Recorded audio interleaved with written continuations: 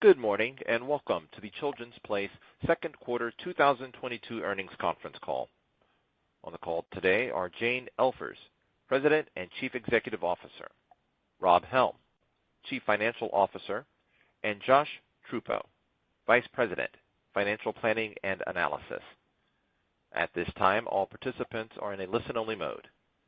After the prepared remarks, we will open the call up to your questions.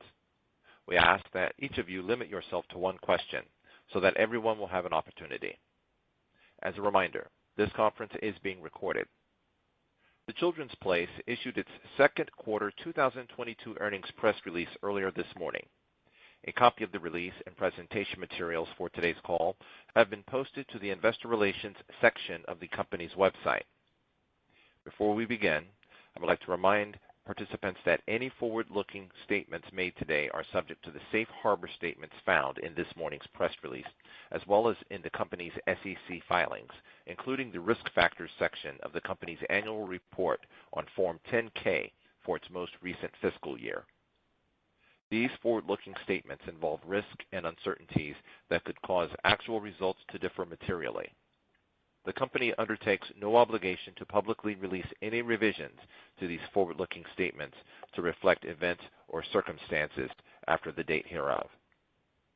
It is now my pleasure to turn the call over to Jane Elfers. Thank you, and good morning, everyone. Our Q2 sales and profitability fell well short of our internal expectations due to a significant miss to our retail sales projections in the period from early June through early July. The combination of an unexpected and meaningful increase in promotional activity from our key competitors and the widely reported inflation-driven consumer slowdown put significant downward pressure on our fashion AURs and margins during the quarter.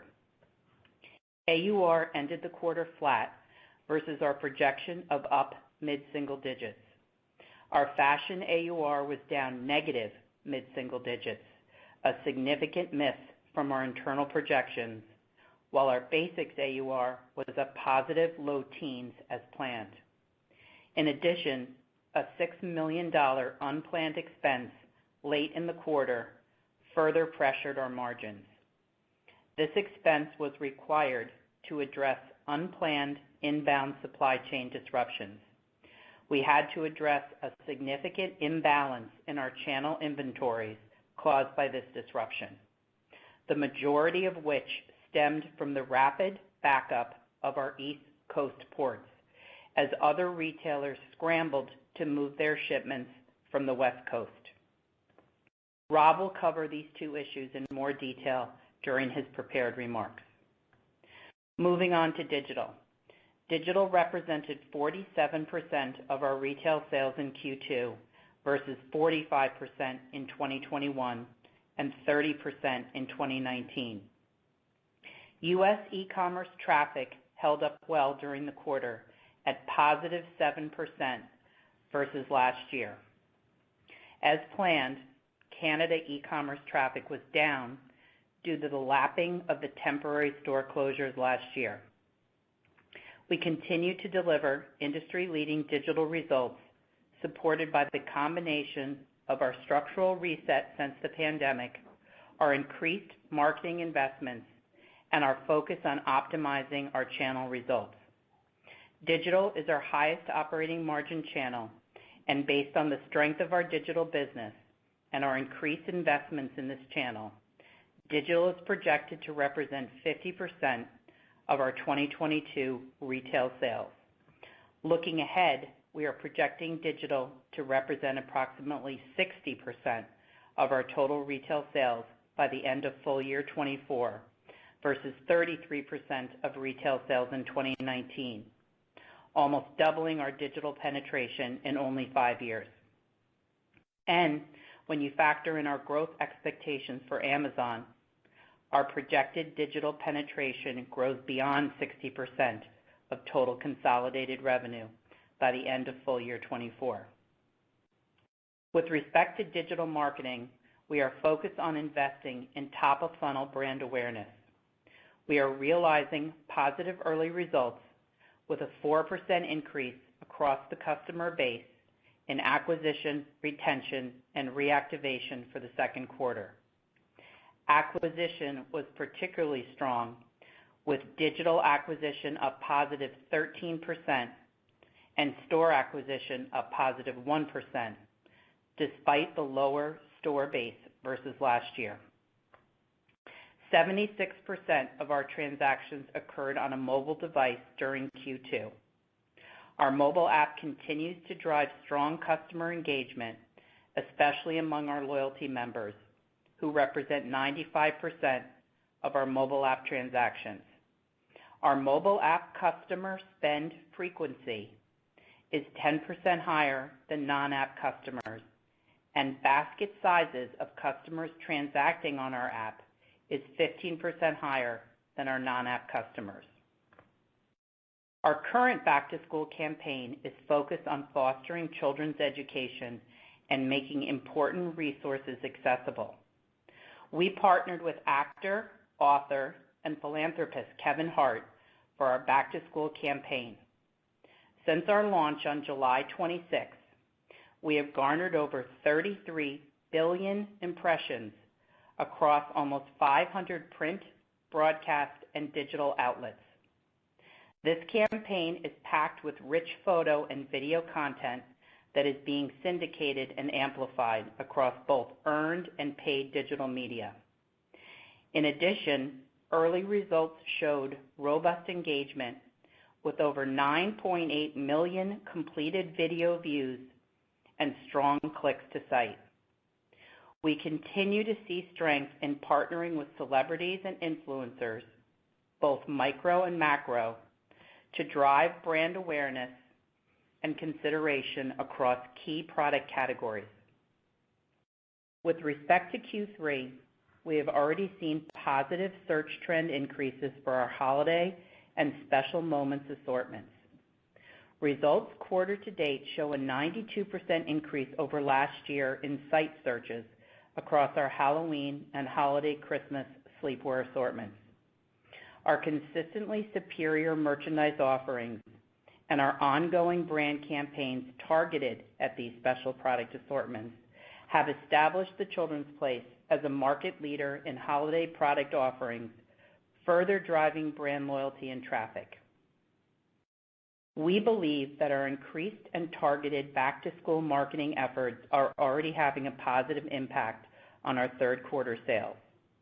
Our quarter-to-date sales trend is above our trend for the last 2 weeks of July. Total retail sales are running down 11% versus 2021 and up 11% versus 2019.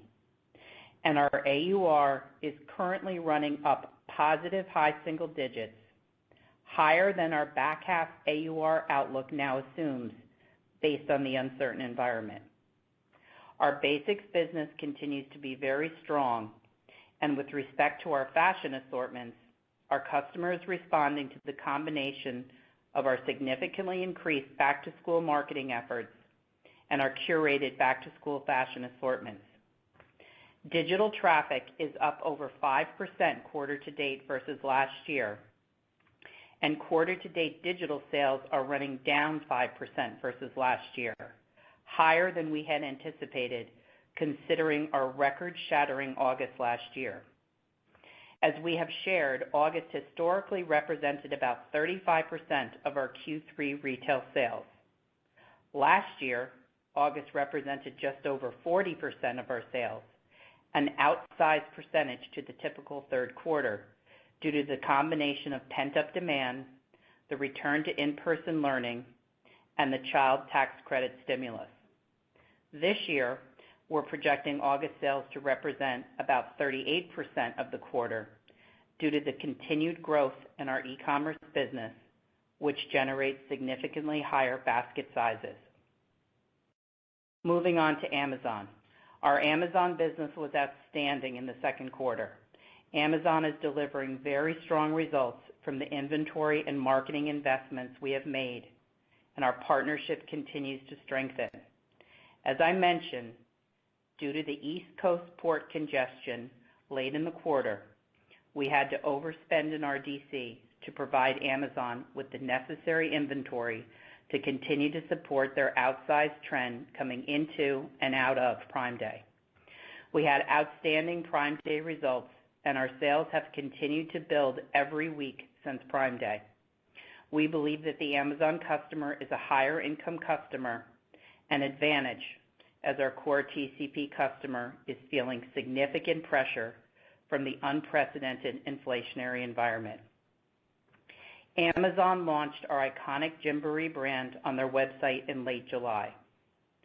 Amazon supported the Gymboree brand launch with several key traffic-driving placements across Amazon.com, including the Back to School, Amazon Fashion, Kids Fashion, and New Arrivals landing pages, as well as the Amazon homepage gateway.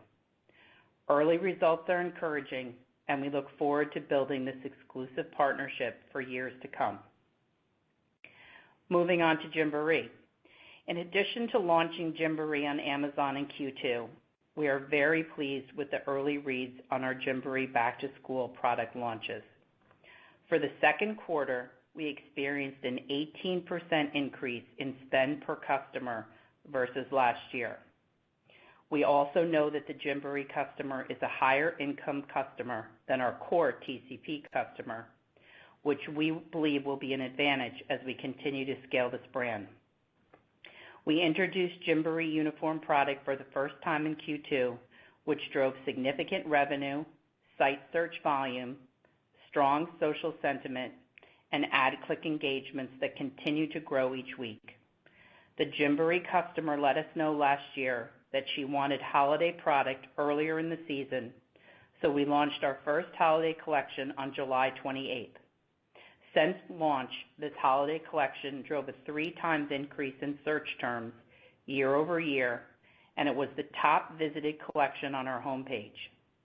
We are confident that Gymboree will continue to be an increasingly important part of our growth strategy. In closing, Rob will walk you through our Q3 and full year 22 outlook during his prepared remarks. From a high-level perspective, when compared to 2019 pre-pandemic levels, although we are now anticipating that consolidated sales will be down approximately 8% versus 2019, we also anticipate that operating income will be up positive mid-teens versus 2019, and EPS will be up approximately 30% versus 2019. With the multiple headwinds we are currently facing, these results would only be possible due to the structural reset to our business model since the start of the pandemic. We have a clear focus on continuing to maintain the significant double-digit AUR increases we have realized since the start of the pandemic, which will benefit our gross margin when cotton costs normalize. We will continue to build upon our e-com freight optimization strategies. We will continue to secure occupancy savings as our leases expire, and our top priority will remain growth in digital, our highest operating margin channel. Now I'll turn it over to Rob. Thank you, Jane, and good morning, everyone. After I review our Q2 results, I will provide our Q3 and full year 22 outlook. For the fiscal second quarter, our operating results fell short of our expectations, and we delivered an adjusted loss per share of 89 cents versus earnings per share of $1.71 in 2021 and 19 cents in 2019. Net sales decreased by $33 million, or 8%, to $381 million versus $414 million in Q2 2021, and decreased $39 million, or 9%, versus $420 million in Q2 2019. Our U.S. net sales decreased by $48 million, or 13%, to $313 million versus $361 million last year, and our Canadian net sales decreased by $2 million, or 5%, to $35 million versus $37 million last year. Comparable retail sales were negative 8.7% versus Q2 2021 and positive 2.2% versus Q2 2019. Our Q2 net sales were negatively impacted by the slowdown in consumer demand, driven by the unprecedented levels of inflation, particularly with respect to the significant increases in fuel and food prices, combined with increased promotions across our competitive set. As we shared on our last call, our AUR plan for the second quarter was up mid-single digits to offset AUC increases. However, starting in June, the combination of the consumer slowdown and the elevated promotional activity across the sector led to significant unplanned AUR pressure, and our actual AUR for the quarter was flat. The combination of the lost sales resulting from the consumer slowdown and the heightened promotional environment represented a top-line impact of approximately $22 million in our retail sales channels for the quarter versus our internal projections. And as we had planned, sales in the quarter were also negatively impacted by lapping the impact of the enhanced child tax credits, which started last July, combined with the pent-up demand from last year's return to in-person learning, and the impact of permanent store closures, representing approximately $14 million for the quarter. Our net sales were positively impacted by our outsized sales growth in our wholesale channel with Amazon. Looking at sales by month for the quarter, as we discussed in our last call, our sales trend improved in May versus Q1 as we lapped the outsized impact of stimulus and unseasonably cold weather. For June, sales trends further improved, but were driven by the heavy promotions necessary to address our competitive set to clear through our summer fashion inventories. And in July, as expected, our sales were meaningfully lower than last year as we lapped the impact of the combination of pent-up demand, the return to in-person learning, and the enhanced child tax credit stimulus. In terms of sales by channel, consolidated digital sales decreased 7% versus Q2 2021, with our digital penetration growing to 47% of our total retail sales versus 45% in 2021 and 30% of retail sales in 2019. Store net sales were down 14% versus Q2 2021. Our comp store traffic was down 4% versus Q2 2021. However, as a point of reference, store traffic remains significantly below pre-pandemic levels, with comp store traffic down 32% for Q2 2022 versus Q2 2019. Adjusted gross margin. Adjusted gross margin decreased 1,046 basis points to 30.2% of net sales, compared to 40.6% in Q2 2021 and 33% in Q2 2019. Approximately 610 basis points of this decrease was unplanned versus our internal projections. The 610 basis point unplanned decrease in gross margin breaks down as follows. First, the slowdown in consumer demand, combined with the unexpected increase in promotional activity from our key competitors, pressured our top-line sales and fashion AURs, resulting in lower than planned merchandise margins in both channels versus our internal projections. The lower merchandise margin, coupled with the deleverage in fixed expenses resulting from the lower net sales, deleveraged our gross margin rate by 460 basis points versus our original plans.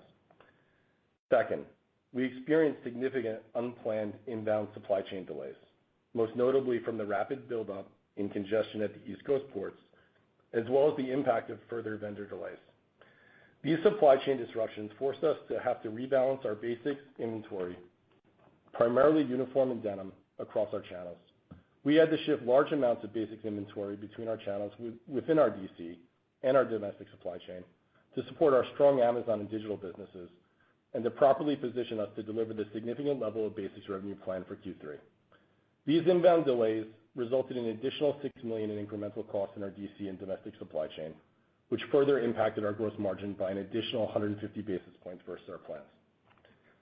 While our second quarter operating results fell well short of our expectations, the combination of selling through our late spring and summer product and getting the cost to balance our channel inventory behind us enabled us to exit the second quarter in a strong seasonal inventory position and better position for success in Q3 with respect to our key back-to-school basics in both our digital and wholesale channels. As expected, the following items also impacted our gross margin in the quarter.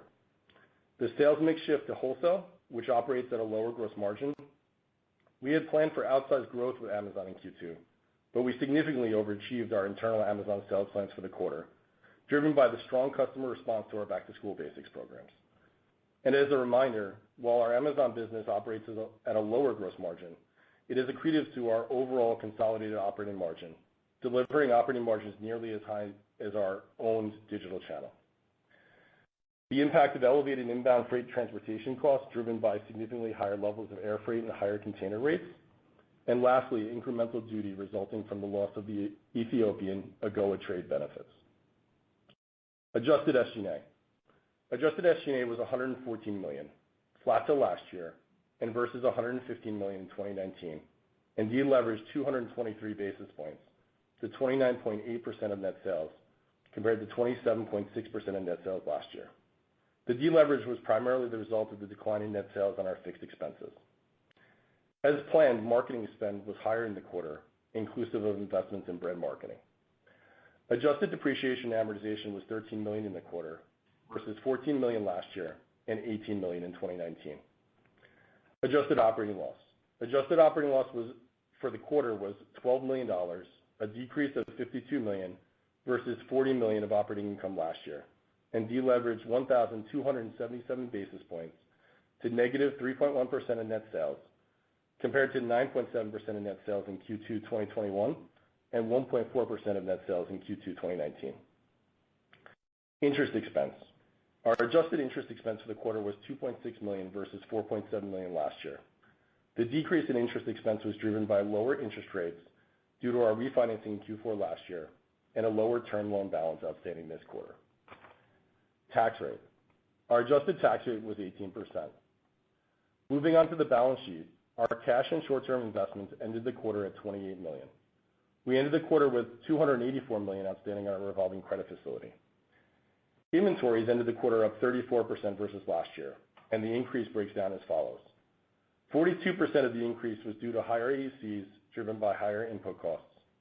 24% of the increase was due to higher inbound freight costs.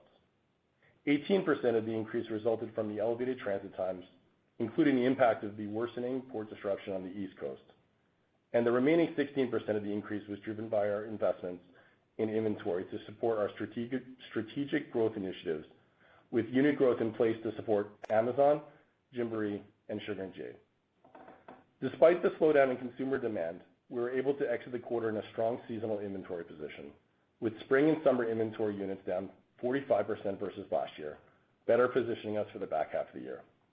Our basics inventory, which includes several key high-volume categories with limited to no markdown risk, accounted for over 50% of our on-hand inventory at quarter end, which positions us for what we will believe to be a continuation of the current environment throughout the back half of the year. Moving on to cash flow and liquidity, we used $34 million in cash from operations in Q2 versus cash provided of $13 million last year. Capital expenditures in Q2 were $8 million. During the second quarter, we repurchased 484,000 shares for $23 million, leaving $196 million outstanding on our current authorization. Now I'll provide an update on our store activity in the quarter. We closed 7 locations in the second quarter, and we plan to close a total of 40 stores for full year 2022. With over 75% of our store fleet coming up for lease action in the next 24 months, we continue to maintain meaningful financial flexibility in our lease portfolio. These short-term leases will continue to provide us with the flexibility to optimize our occupancy costs. We ended the quarter with 658 stores and total square footage of 3.1 million square feet, a decrease of 8% compared to Q2 2021 and 31% versus Q2 2019. With respect to our fleet optimization strategy, it's important to continue to highlight that for 2022, we're planning for 50% of our retail sales to come from our stores, with 50% of our store sales coming from traditional malls and 50% coming from off-mall. With our digital business also planned at an industry-leading 50% of total retail sales, we are planning for 75% of our retail sales from off-mall, strongly supporting our structural reset to a digital-first retailer. Moving on to our outlook. Based on the current environment, we are now planning for a decline of approximately 10% in net sales versus 2021 for the year. Our inventories are now better positioned by channel to meet the current demand trends. However, we anticipate that promotions will remain elevated for the back half of the year, and we are continuing to proactively manage our inventory levels. We continue to benefit from our pricing and promotion reset. AURs are planned to remain significantly higher than pre-pandemic levels. However, based on the current environment, our outlook now assumes a positive low single-digit AUR increase for the back half of the year versus our original projection of positive high single-digit AUR increases. Our outlook assumes that our Amazon business continues to outperform, supported by our significant investments in both inventory and marketing. Starting with our Q3 outlook, the company expects net sales for the quarter to be approximately $500 million, representing a low double-digit decrease in comparable retail sales versus Q3 2021 and a positive mid-single-digit comp increase versus Q3 2019. Adjusted operating income is expected to be approximately 14% of net sales as compared to 20.9% in Q3 2021, primarily driven by the decrease in sales. This compares to 12.1% in Q3 2019. We anticipate third quarter adjusted earnings per diluted share to be approximately $3.95 as compared to adjusted earnings per diluted share of $5.43 in Q3 2021 and $3.03 in 2019. Our total inventories at the end of Q3 2022 are anticipated to remain elevated, primarily driven by higher raw material input costs and higher inbound transportation costs. Moving on to our full year outlook.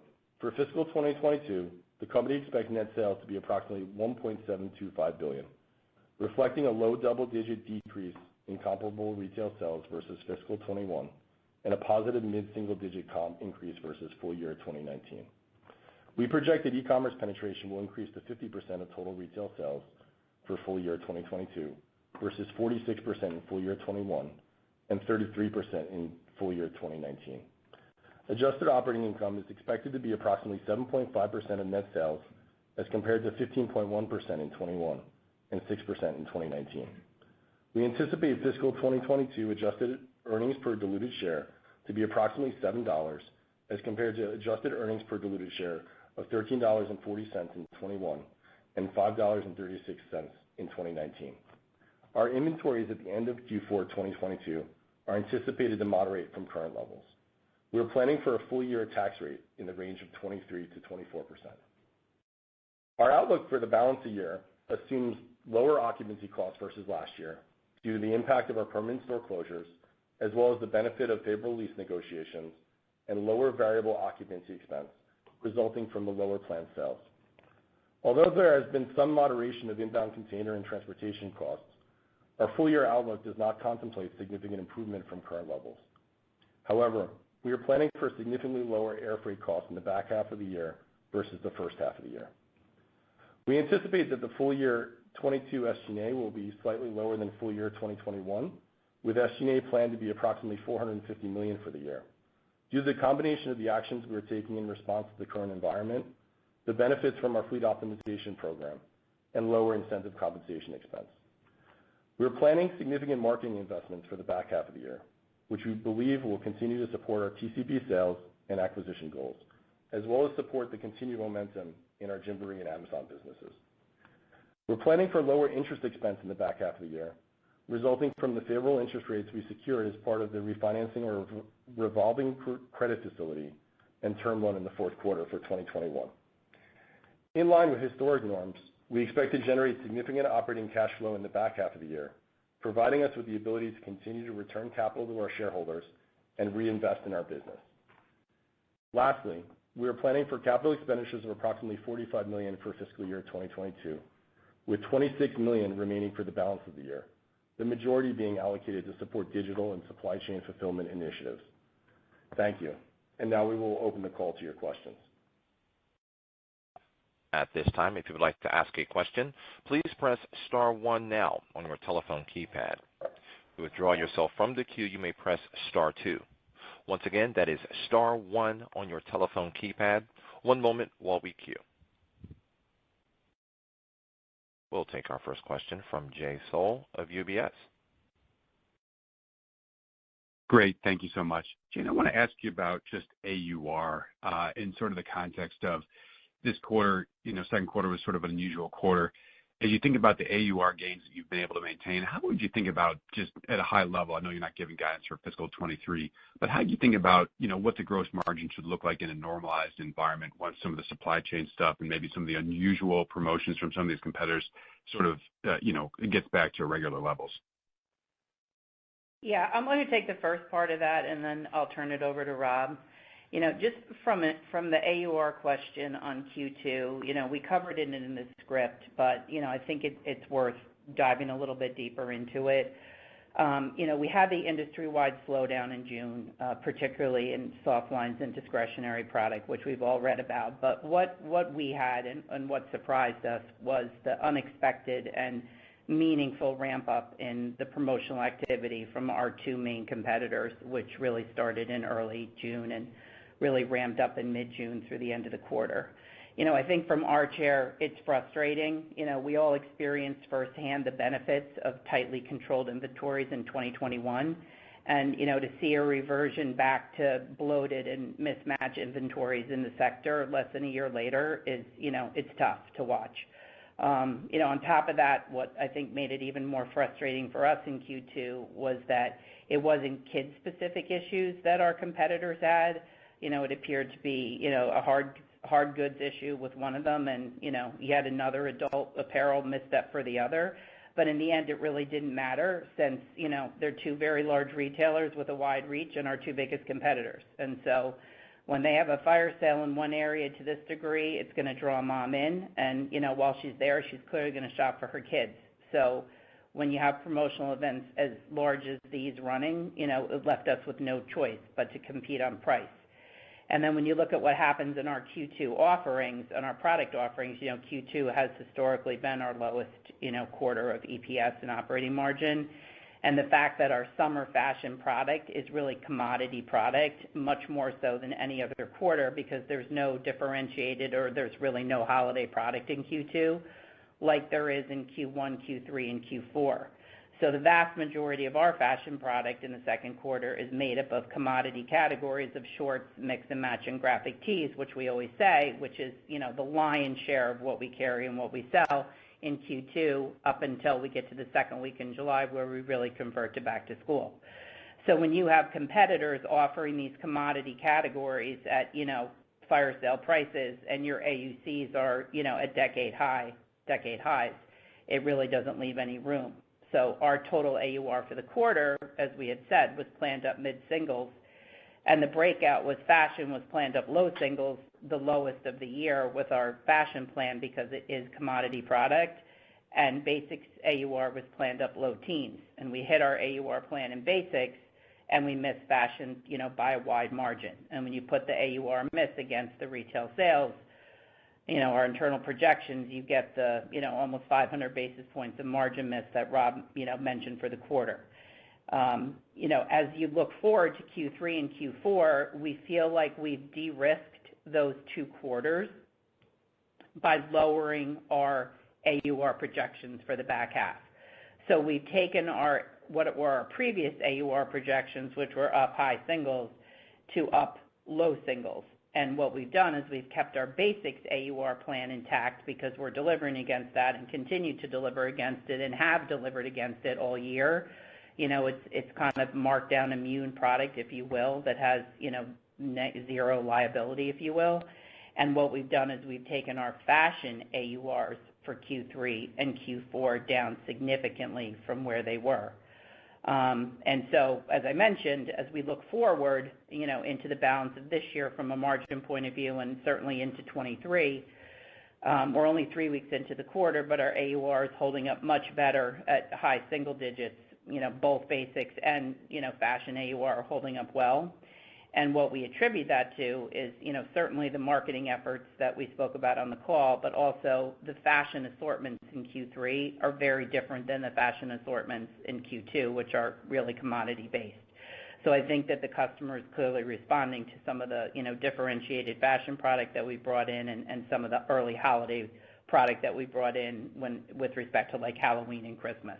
And I think that, as we look forward, that just further reinforces, that we need to continue to strategically diversify our offerings with respect to things like our initiatives around Gymboree, our initiatives around Amazon, and our initiatives around Sugar and Jade, which we continue to focus on. So I think when you look into Q3, into 2023, and I'll turn it over to Rob for some more thoughts on that. Cotton is certainly a huge, huge problem for us this year at, decade highs. And as those costs start to moderate, particularly in the back half of the year, there is significant gross margin opportunity for us because, as you pointed out, double-digit AURs, and, we've never really given the number, but, they are significant double-digit AURs. We still hold on to those even through, a tough Q2. We ended flat. So our intention and our goal is to continue to hold on to those significant AUR increases we got during the pandemic.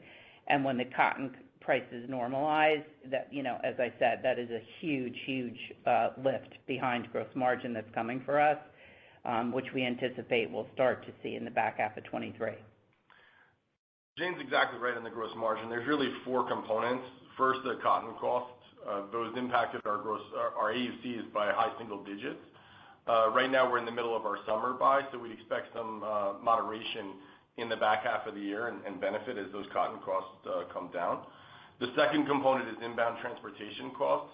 We don't expect expedited air freight and the cost that weighed on our first half margins this year to the degree next year. And we've seen recent moderation in container costs, so we expect for that to continue.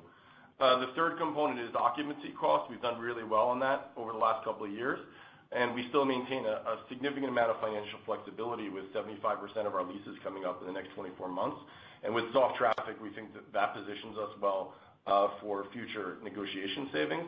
And the last piece is our focus on continuing to improve our e-commerce fulfillment. Got it. If I can ask one more, Jane, just because you mentioned, the importance of continuing to focus on Amazon and the other strategic initiatives.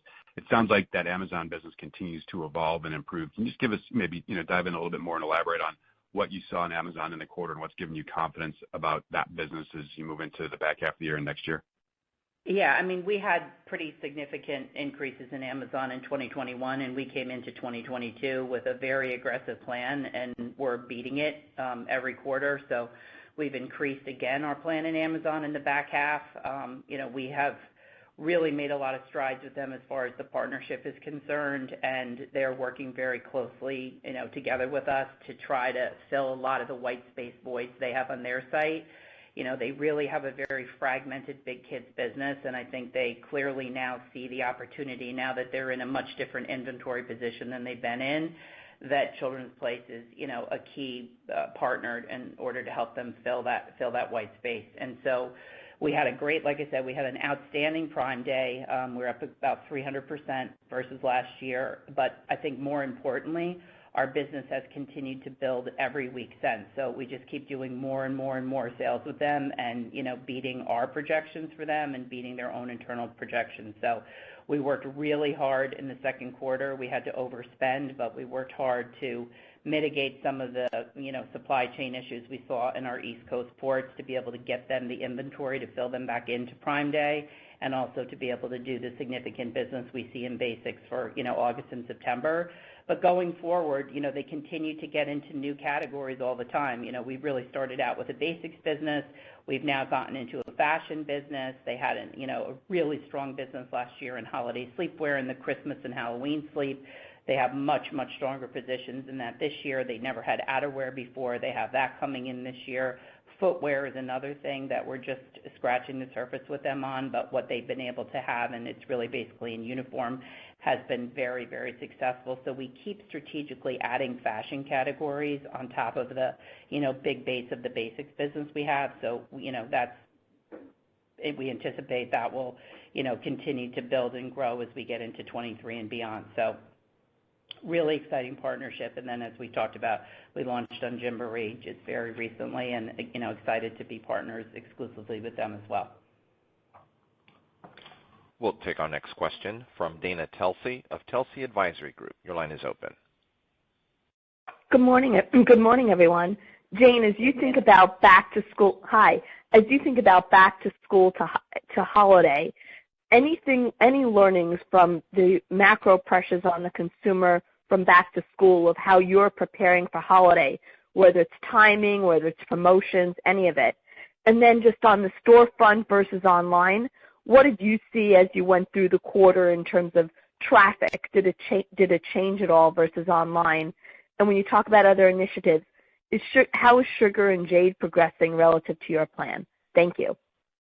Sure. Well, Sugar and Jade's small.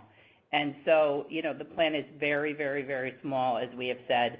We are testing through the 4 quarters of the year to see what they want. And so we learned, what they wanted in holiday, and we then did our holiday 23 buy based on that.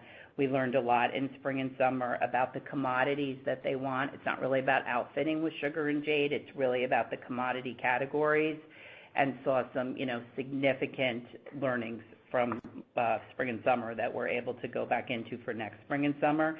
And now for back to school, we're kind of seeing the same thing: strength in backpacks, strength in fashion denim, and a continued strength in like lounge slash sleepwear for them. So we're happy with what we're learning, but like, as I said, it was a very small plan to start with. So, we feel good about how we planned it and what's happening with it. As far as traffic, store traffic was, a little bit better than it has been in second quarter when you compare it to 2021. It was down like 4%, but when you compare it to 2019 and pre-pandemic levels, it's still down in the mid-30s. So, that's, as far as we're concerned, that's not great. And so we'll continue to, to watch that.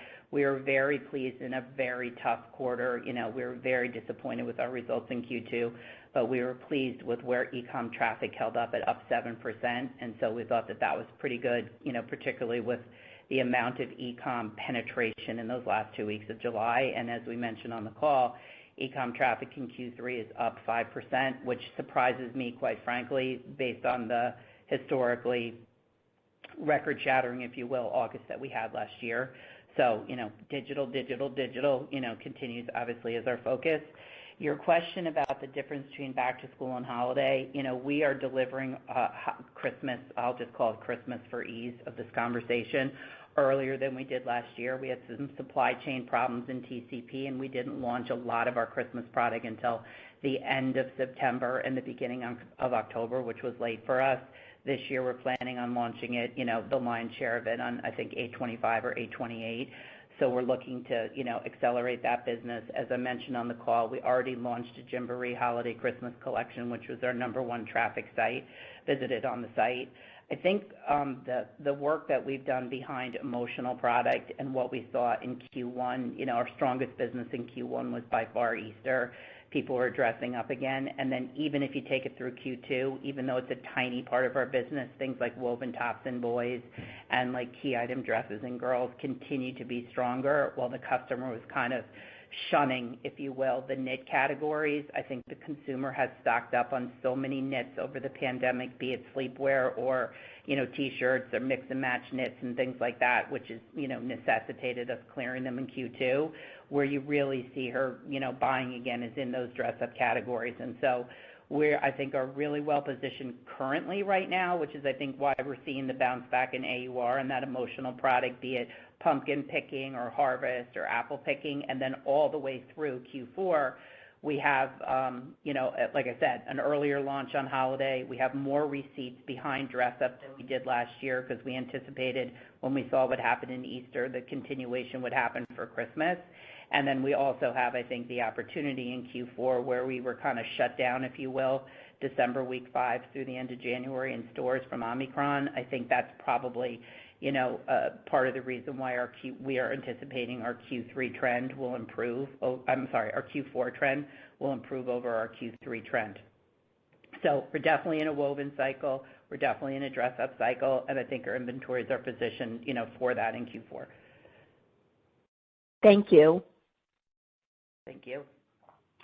And once again, to ask a question, that is star 1 on your telephone keypad. We'll go next to Susan Anderson of B. Riley. Hi, good morning. I wanted to maybe follow up just on the promotions. It sounds like you feel really good about the basics, and it's pretty rational out there. You feel like you don't feel there's a need to promote. I guess what's the risk there if your competitors do get promotional on basic product during back to school? Would you have to, I guess, follow suit?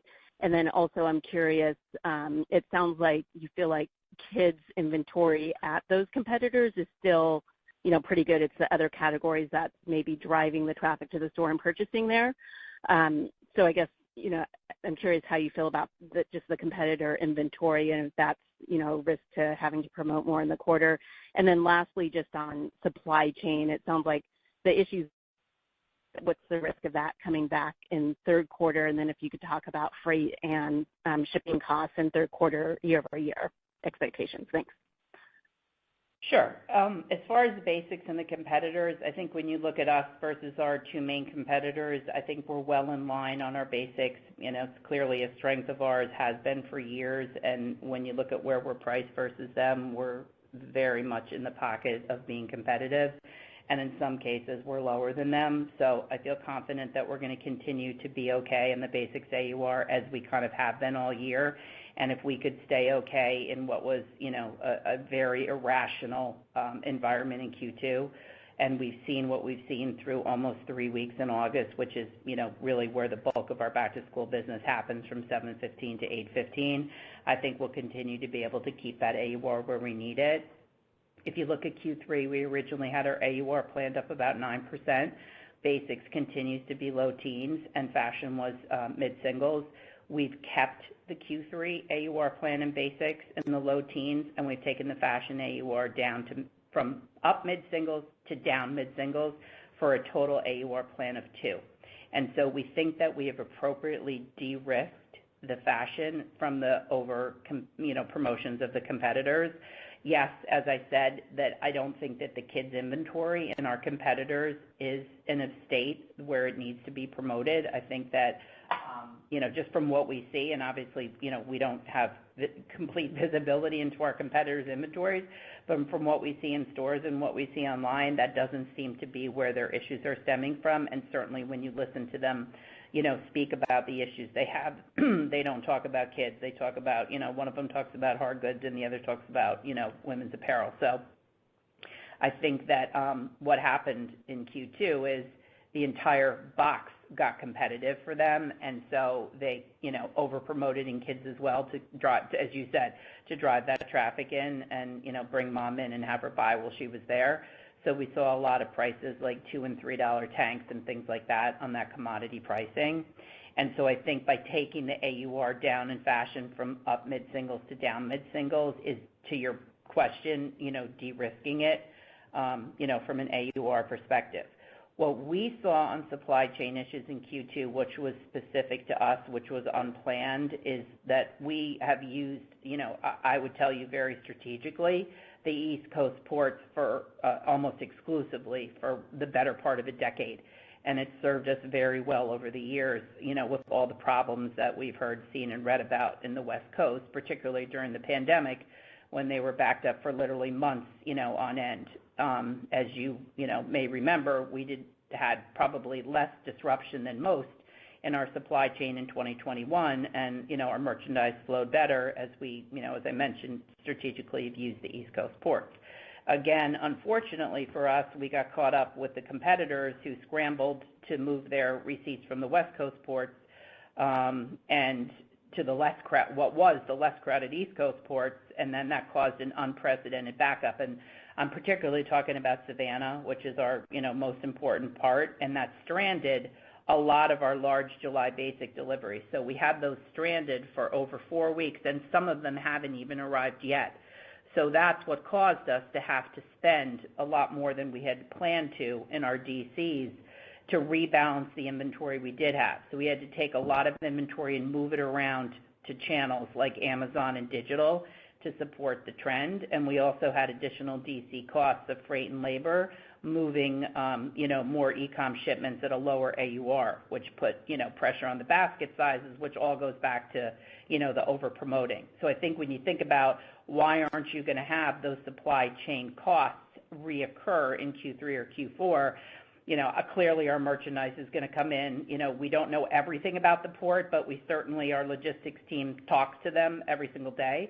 And, as of yesterday, I don't know, it might be too much information, but there's 35 vessels at anchor at Savannah, which is a major improvement from where we've been. And then the Georgia Port Authority says that by the mid to the end of September, they should be back to normal, quote unquote, and that we should not see that increase, in Q4 again. They have, obviously great visibility into what's coming in, and we have projections from them through week 39, and they all look manageable. So we don't anticipate having to, scramble again in our DC as those East Coast ports kind of go back to normal, as the other retailers go back to the West Coast now that things have calmed down. Our next question is from Kelly Crago of Citi. Your line is open. Hi, thanks. This is Kelly on for Paul. Just curious if we could circle back on the composition of your inventory. I think you said spring-summer units are down 45% versus last year. Does that mean, you do not have much, carryover excess spring-summer inventory to get through at this point? In other words, you entered the back-to-school season, pretty clean from an inventory perspective. And sorry if I missed this, how much are your total units up year over year? Yes, that's exactly what it means, Kelly. Our spring-summer is down 45%. The predominant driver in our inventory increases are increased AUCs and higher costs. That accounted for nearly, just over 60% of the increase.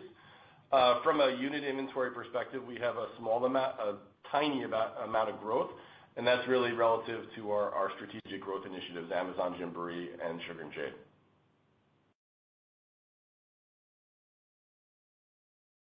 And we'll take a question from Marni Shapiro of Retail Tracker. Your line is open. Hey, guys. Good morning. I just wanted to clarify, Jane, you've talked a lot about sort of the basics business versus the fashion business versus the dressy, 3 different things in your store. But it sounds like your customer is responding to those either need pockets, so back to school, uniforms, or emotional pockets, so holidays or family events.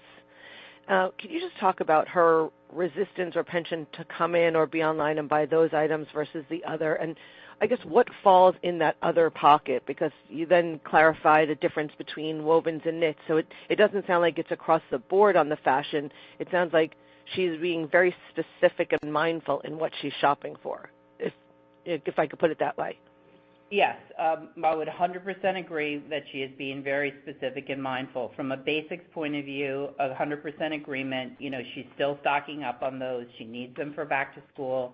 They've been a very strong part of our business, from July 15th onward. They always are a much bigger part of our business this time of year, and we've been very happy with what we've seen. We mentioned the AUR.